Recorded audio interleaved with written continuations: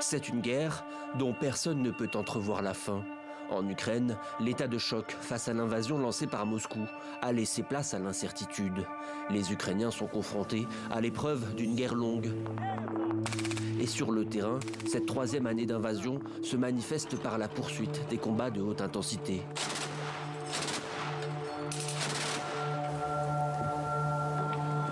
L'armée russe grignote la ligne de front au prix de pertes matérielles et humaines très lourdes, mais ne réalise que des progrès marginaux dans la région de Donetsk. Le Kremlin contrôle toujours près d'un cinquième du territoire ukrainien sans être en mesure de prendre l'ascendant. Dans cette situation presque figée, ne restent alors que des coups d'éclat. Le 6 août 2024, à la surprise générale, l'armée ukrainienne lance une offensive dans la région russe de Koursk. C'est la première fois qu'une armée étrangère occupe une partie du territoire de la Russie depuis 1945. La Russie nous a fait la guerre.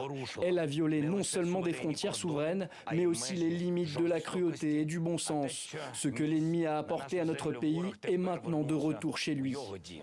Face à l'incursion ukrainienne, l'armée russe est contrainte de défendre son territoire. Le Kremlin fait appel à son allié nord-coréen. Près de 12 000 soldats de Pyongyang sont déployés pour reprendre la région. Une escalade qui fait réagir la communauté internationale.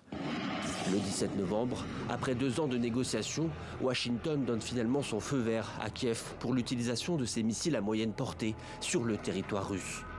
Moscou riposte aussitôt en lançant pour la première fois un missile de nouvelle génération baptisé Oreshnik contre la ville de Dnipro.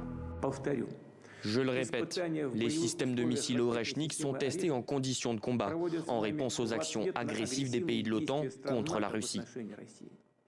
L'OTAN, justement, poursuit durant cette troisième année son soutien à l'Ukraine. Les sommets s'enchaînent, mais ce qui préoccupe avant tout Volodymyr Zelensky, c'est la situation politique de l'autre côté de l'Atlantique. Le chef d'État ukrainien multiplie les déplacements à Washington. Objectif, s'assurer du soutien américain, notamment en cas de victoire de Donald Trump, moins enclin à prolonger l'aide militaire.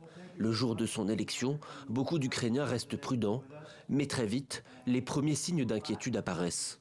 Le président Poutine veut qu'on se rencontre. Il l'a même dit publiquement. Et nous devons mettre fin à cette guerre. C'est un véritable carnage. Les soldats sont tués par millions.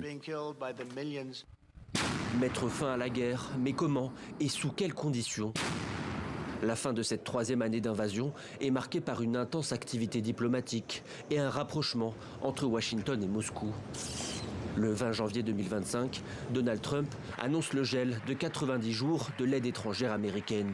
Quelques semaines plus tard, Ukrainiens comme Européens ne sont pas conviés aux négociations à Riyad pour trouver un accord de paix. L'unité des alliés est brisée et le sort de l'Ukraine plus incertain que jamais.